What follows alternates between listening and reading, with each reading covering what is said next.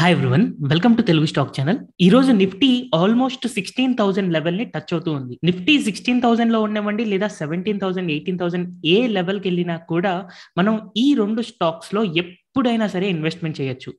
ఈ రెండు స్టాక్స్ కూడా స్లో అండ్ స్టడీగా గ్రో అవుతూ మల్టీ బ్యాగర్ స్టాక్స్ గా ఎవ్రీ 5 years కి ఒకసారి స్టాక్స్ మినిమం డబుల్ రిటర్న్స్ మనకి ఎప్పుడు ఇస్తూనే ఉంటాయి. సో ఈ టూ స్టాక్స్ గురించి నేను ఎక్స్ప్లెయిన్ చేయడం కోసం ఈ వీడియో చేస్తున్నాను. అయితే ముందుగా నేను ఈ స్టాక్స్ లో ఇన్వెస్ట్ చేస్తున్నప్పుడు నాకు ఎప్పుడు గుర్తుండే సేయింగ్ వారెన్ బఫెట్ చెప్పింది ఒకటి ఉంది: never invest in a business you can't understand.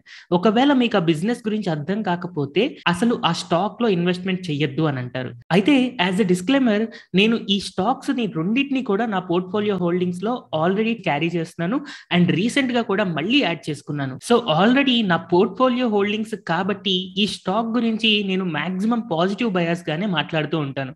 కాబట్టి ఈ స్టాక్ గురించి కంప్లీట్ ఇన్ఫర్మేషన్ మీకు తెలియడం కోసం మీ ఓన్ రీసెర్చ్ చేయడం కానీ లేదా మీ ఫినాన్షియల్ అడ్వైజర్ ని కానీ కన్సల్ట్ చేయడం చాలా మంచిది. So first of all first stock వచ్చేసి అందరికీ సింపుల్ గా అర్థమయ్యే స్టాక్ డైలీ నీడ్ స్టాక్ అన్నమాట. సో మన డైలీ నీడ్స్ ఏవైతే ఉన్నాయో అలాంటి డైలీ నీడ్స్ కి కావాల్సిన ప్రొడక్ట్స్ అన్నిటినీ కూడా ఈ కంపెనీ ఇస్తూ ఉంది. ఒకవేళ మీరు ఈ స్టాక్ ని గెస్ చేయమని అని అంటే ఆల్మోస్ట్ 90% పీపుల్ సింపుల్ గా గెస్ చేసేస్తారు, అది హిందుస్థాన్ యూనిలివర్. కానీ హిందుస్థాన్ యూనిలివర్ బిజినెస్ ని సింపుల్ గా ఎలా అర్థం చేసుకోవచ్చు అండ్ ఈ కంపెనీలో వచ్చే ఫ్యూచర్ గ్రోత్ ని మనం ఎలా ఎస్టిమేట్ చేసుకోవచ్చు అనేది మీకు ఈ వీడియో ద్వారా అర్థమవుతుంది. యూజువల్ గా 4 members ఉండే ఫ్యామిలీకి వాళ్ళకుండే డైలీ ఎక్స్పెన్సెస్ ఎంతవరకు అవ్వచ్చు అని చెప్పి నేను ఒక ఫ్యామిలీ క్యాలిక్యులేట్ చేశాను. సో యూజువల్ గా టీ, కాఫీ లేదా బూస్ట్, హార్లిక్స్ లాంటి డ్రింక్స్ కి ఒక మంత్ కి 4 members ఉన్న ఫ్యామిలీకి 200 రూపీస్ అవుతుంది అని అనుకున్నాను. తర్వాత సోప్ కానివ్వండి, షాంపూ, కండిషనర్, మాయిశ్చరైజర్, ఇప్పుడు యాజ్ ఆఫ్ నౌ ఒక సోప్ కాస్టే ఆల్మోస్ట్ 40 రూపీస్ అయిపోయింది. అండ్ 4 members ఉన్న ఫ్యామిలీస్ కి ఎంత వాడతారు అండ్ షాంపూ, కండిషనర్, మాయిశ్చరైజర్ ఇట్లాంటివన్నీ నేను ఒక యావరేజ్ రేట్ తీసుకుంటే 400 రూపీస్ వచ్చింది. అండ్ అలాగే క్లాత్స్ వాషింగ్ కోసం లేకపోతే యుటెన్సిల్స్ వాషింగ్ కోసం ఒక మంత్ కి దాదాపుగా 100 రూపీస్ దాకా ఖర్చు అవుతుంది. సో అలాగ ఒక 4 members ఫ్యామిలీకి గనక మొత్తం ఒక మంత్లీ ఎక్స్పెన్సెస్ ఎంత అవుతాయి అని క్యాలిక్యులేట్ చేస్తే 700 రూపీస్ అవుతుంది అనమాట. అయితే ఇండియా యొక్క పాపులేషన్ 136 crores ఉంది. ఈ 136 crores లో యూజువల్ గా యావరేజ్ ఫ్యామిలీ నెంబర్స్ ఎంతమంది అంటే 4.57 అనమాట. సో కాబట్టి 29 కోట్ల ఫ్యామిలీలు ఉన్నాయి మనకి ఇండియాలో. సో 29 కోట్ల ఫ్యామిలీల్లో ఒకవేళ 20% మంది హెచ్యుఎల్ ప్రొడక్ట్స్ కనుక వాడుతున్నారు అంటే హిందుస్థాన్ యూనిలివర్ ప్రొడక్ట్స్ వాడుతున్నారు అని అంటే అలాంటప్పుడు ఆల్మోస్ట్ 6 కోట్ల మంది హిందుస్థాన్ యూనిలివర్ యొక్క ప్రొడక్ట్స్ వాడుతున్నారు. సో ఈ 6 కోట్ల మంది ఒక నెలకి 700 రూపాయలు వాడుతున్నారు అని అంటే 4,000 కోట్లు రెవెన్యూ అనేది మంత్ కి ఈ కంపెనీకి జనరేట్ అవుతుంది. అదే ఒకవేళ నేను ఇయర్లీ ఎక్స్పెన్స్ కనుక చూసుకుంటే 49,000 కోట్ల రెవెన్యూ అనేది హిందుస్థాన్ యూనిలివర్ కి జనరేట్ అవుతుంది అని చెప్పి నేను ఒక ఎగ్జాంపుల్ గా తీసుకొని ఇలా క్యాలిక్యులేట్ చేసుకున్నాను. అయితే సర్ప్రైజింగ్ గా హిందుస్థాన్ యూనిలివర్ యొక్క స్టాక్ యొక్క ప్రాఫిట్ అండ్ లాస్ స్టేట్మెంట్ చూసినప్పుడు నాకు ఒక ఇయర్ కి ఈ కంపెనీకి 47,000 కోట్ల రెవెన్యూ వస్తుంది. సో నా ఎస్టిమేషన్ ప్రకారం ఈ కంపెనీకి 49,000 కోట్ల రెవెన్యూ రావచ్చు ఎప్పుడు ఒకవేళ 20% మార్కెట్ షేర్ ఉంటే. అయితే హిందుస్థాన్ యూనిలివర్ వెబ్సైట్ కనుక మీరు ఒకసారి చూసారంటే ఆ కంపెనీ యొక్క ప్రొడక్ట్స్ గురించి ఆల్రెడీ చాలా మందికి తెలుసు. బట్ ఒకవేళ ఎవరికైనా తెలియకపోతే ఒక జస్ట్ 30 seconds లో నేను చూపిస్తాను.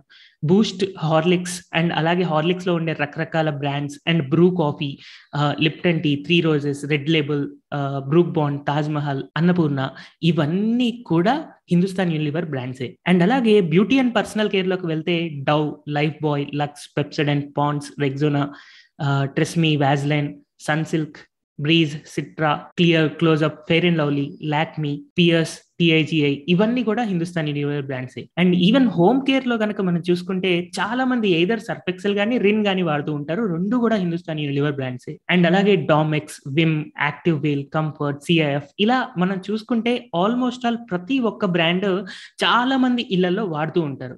కాబట్టి నేను ఎజ్యూమ్ చేసుకున్న 20% మార్కెట్ షేర్ అనేది ఇన్ ఫ్యూచర్ ఇంకా కూడా పెరగచ్చు.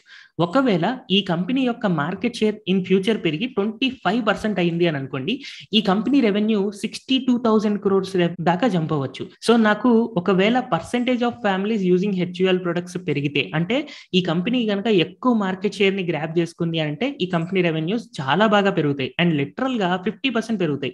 అలాంటప్పుడు ప్రాఫిట్ 100% పెరుగుతుంది. ప్రాఫిట్ ఎప్పుడైతే 100% పెరుగుతుందో స్టాక్ డబుల్ అవుతుంది. సో కేవలం ఇదొక్కటే కాదు, ఇన్ఫ్లేషన్ పెరుగుతున్నప్పుడు వీటి కాస్ట్ కూడా పెరగచ్చు. వీటి కాస్ట్ పెరుగుతున్నప్పుడు టోటల్ ఎక్స్పెన్సెస్ పెరుగుతాయి. టోటల్ ఎక్స్పెన్సెస్ పెరిగినా హెచ్యుఎల్ రెవెన్యూ పెరుగుతుంది. పాపులేషన్ పెరిగినా హెచ్యుఎల్ రెవెన్యూ పెరుగుతుంది. మార్కెట్ షేర్ పెరిగినా హెచ్యుఎల్ రెవెన్యూ పెరుగుతుంది. సో ఏ సినారియో చూసుకున్నా కూడా నాకు హెచ్యుఎల్ అనేది కన్సిడరబుల్ గ్రోత్ స్టాక్ గానే నాకు కనపడుతూ ఉంది. అయితే ఆల్రెడీ చాలా వరకు పెరిగిపోయింది అన్న ఎజంప్షన్ లో ఈ కంపెనీని మెచ్యూర్డ్ స్టాక్ గా చాలా మంది అనుకుని ఇన్వెస్ట్మెంట్ చేయరు. కానీ ఇది ఇంకా క్లియర్ గా గ్రోత్ ఉన్న స్టాకే. ఈ కంపెనీ యొక్క సేల్స్ 17,000 crores నుంచి 47,000 crores దాకా, అంటే ఆల్మోస్ట్ 2.5 times అయినప్పుడు ఈ కంపెనీ యొక్క ప్రాఫిట్ 2,000 కోట్ల నుంచి ఆల్మోస్ట్ 8,000 కోట్ల దాకా, అంటే 4 రెట్లు అయింది. సో కంపెనీ యొక్క సేల్స్ కంటే కూడా ప్రాఫిట్స్ చాలా ఫాస్ట్ గా పెరుగుతూ ఉన్నాయి. అండ్ ఒకవేళ నేను ఫ్యూచర్ లో పాపులేషన్ పెరుగుతుంది, ఒక 150 crores దాకా పాపులేషన్ వెళ్తుంది, అండ్ అలాగే average number of families constant అని అనుకుందాం, and percentage like 25% market share grab చేస్తుంది, అండ్ ఒకవేళ 1,000 రూపీస్ దాకా ఈ కంపెనీ యొక్క సేల్స్ ఒక్కొక్క ఫ్యామిలీ నుంచి వస్తాయి అని అనుకుంటే 98,000 crores రెవెన్యూ అనేది మనకి జనరేట్ అవుతుంది కదా. సో ఇప్పుడున్న రెవెన్యూకి లిటరల్ గా డబల్ రెవెన్యూ అనమాట. సో ప్రాఫిట్ అలాంటప్పుడు more than double or triple అవ్వచ్చు. అయితే ఇంత పాపులేషన్ మనం రీచ్ అవ్వడానికి మోస్ట్లీ మనకు ఒక 6 to 7 years పట్టచ్చు. సో ఈ 6 to 7 years లో రెవెన్యూ డబల్ అయినప్పుడు ప్రాఫిట్ అట్లీస్ట్ 3 to 4 times అయితే నేను స్టాక్ ని కూడా 3 to 4 times మనం ఎక్స్పెక్ట్ చేసుకోవచ్చు. సో ఇలా నేను వేరియస్ సినారియోస్ తీసుకొని ఈ కంపెనీకి నేను 15% గ్రోత్ రేట్ అజ్యూమ్ చేసుకొని నెక్స్ట్ 10 years ఇలాగే ఉంటుంది అని అనుకున్నప్పుడు ఈ కంపెనీ యొక్క ఇంట్రిన్సిక్ వాల్యూ 2,100 గా వచ్చిందనమాట. అండ్ ఇప్పుడు కరెంట్ మార్కెట్ ప్రైస్ 2,350 ఉంది. అంటే సింపుల్ గా జస్ట్ 10% ఓవర్ వాల్యుయేషన్ లో ఉంది. అంటే ఇది ఆల్మోస్ట్ ఫెయిర్ వాల్యూ అనే అనుకోవచ్చు. సో మనకి రేపటి రోజున కరోనా లాంటిది ఏదైనా ఇంకొక వైరస్ వచ్చినా, లేకపోతే ఏదైనా వార్ జరిగినా, లేకపోతే ఎలాంటి సిచ్యువేషన్ వచ్చినా కూడా ఈ స్టాక్ లో మనకి పెద్దగా ఫాల్ కనిపించదు. సో ఈవెన్ 2020లో ఎప్పుడైతే మనకి కరోనా క్రైసిస్ వచ్చిందో అలాంటప్పుడు కూడా 2,200 నుంచి ఈ స్టాక్ 1,800 దాకే పడింది, అంటే 20% పడింది.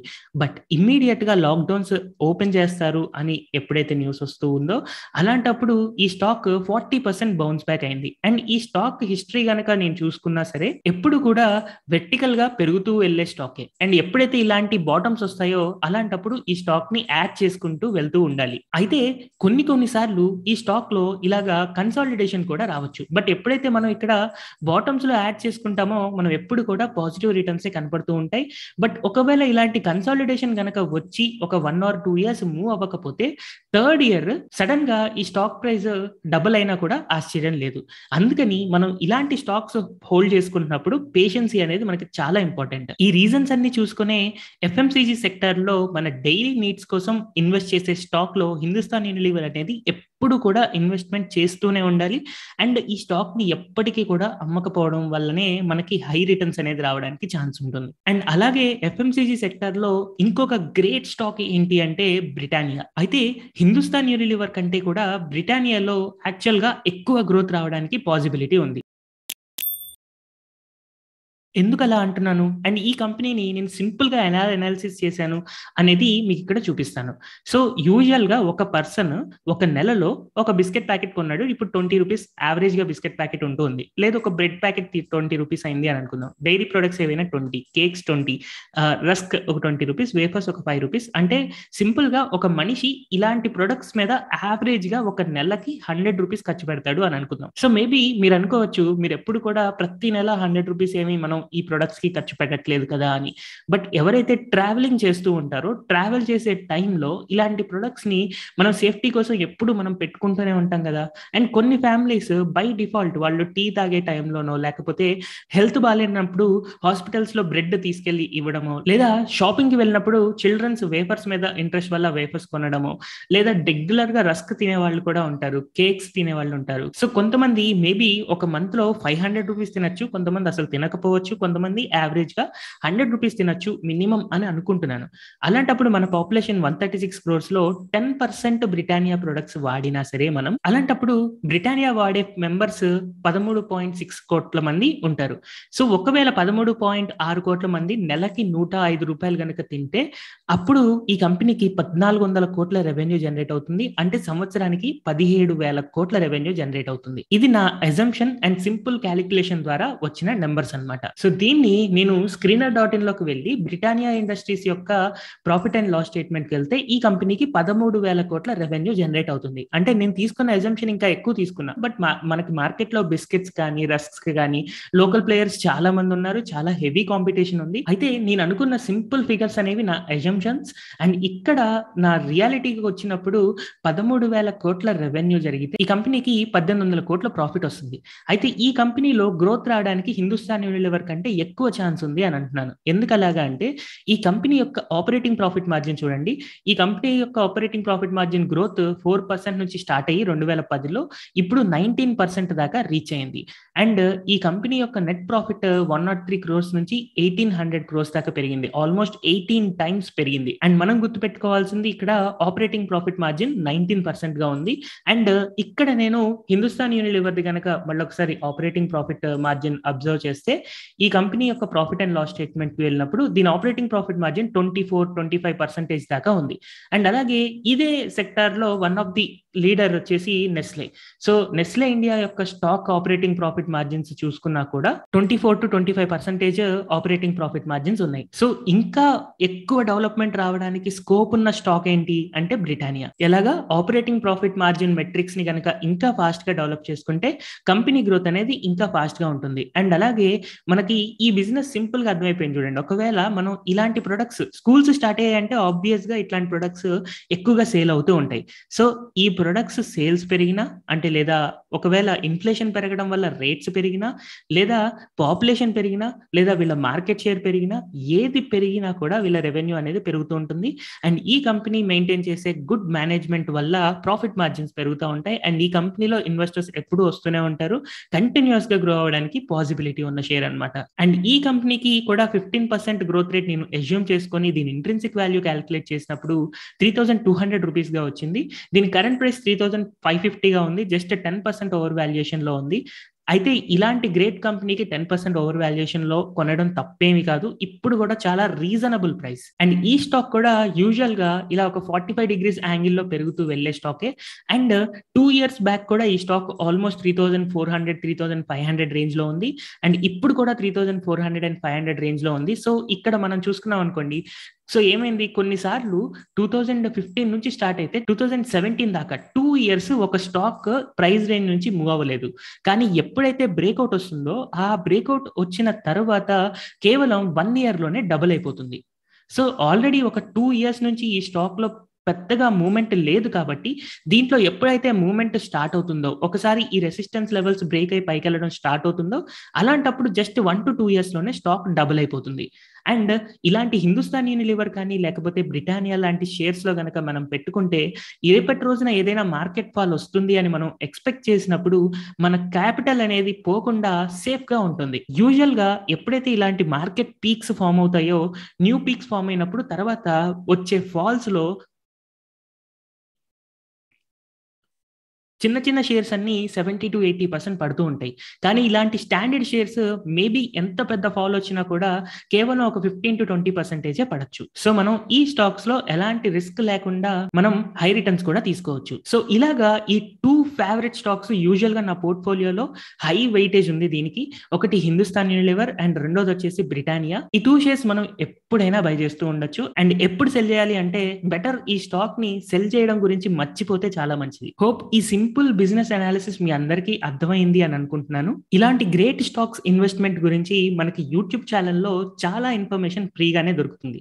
బట్ ఒకవేళ మీకు టైం లేక లేదా మీకు నాలెడ్జ్ ని ప్రాపర్ గా యూటిలైజ్ చేసుకోలేక మీరు స్ట్రగుల్ అవుతూ ఉంటే కొన్ని పెయిడ్ కోర్సెస్ కూడా సబ్స్క్రైబ్ అవ్వచ్చు. సో మీకు గనక స్టాక్ అనాలిసిస్ చేయడం కష్టం అయ్యి ఒకవేళ లేదా స్టాక్ మార్కెట్ లో కంటే కూడా సేఫ్ రిటర్న్స్ రావాలి అని అనుకుంటే మ్యూచువల్ ఫండ్స్ లో ఇన్వెస్ట్మెంట్ చేసుకోవచ్చు.